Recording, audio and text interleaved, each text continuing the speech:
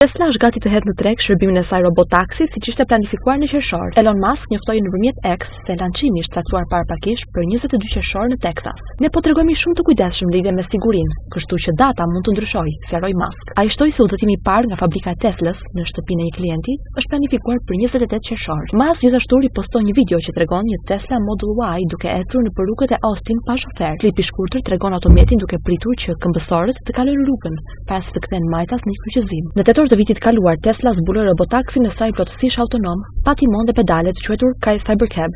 Musk tha në atë kohë se automjeti do të kushtonte nën $30,000 dhe se prodhimi i tij do të fillonte para vitit 2027. Në të njëjtën kohë ai tha se disponueshmëria e gjerë e drejtimit plotësisht autonom pa mbikëqyrje do të fillonte në vitin 2025 me modelet Tesla Model 3 dhe Model Y, fillimisht në Texas dhe Kaliforni, përpara se robotaksi të zgjerojë në shtetet e tjera amerikane. Në muajin e vijim, Musk zbuloi se shërbimi robotaksi do të niste në Austin në qershor. Tesla filloi testimet me punojësit në zonën e gjitë të San Franciscos, ku kishte një shofer sigurie në automjet. Në maj, Musk postoi në X se Tesla ka testuar automjete pa shofer Model Y në vendin e shoferit në rrugët e Austin për disa ditë, pa raportuar asnjë incident. Sipas Bloomberg, shërbimi në Austin do të fillojë në një shkallë të kufizuar, me 10 deri në 20 automjete, dhe zona fillestare e operimit do të jetë e kufizuar në disa milje. Rregulloret e buta të Texasit për automjetet autonome janë një arsye kryesore për zgjedhjen e Austin si piknisje.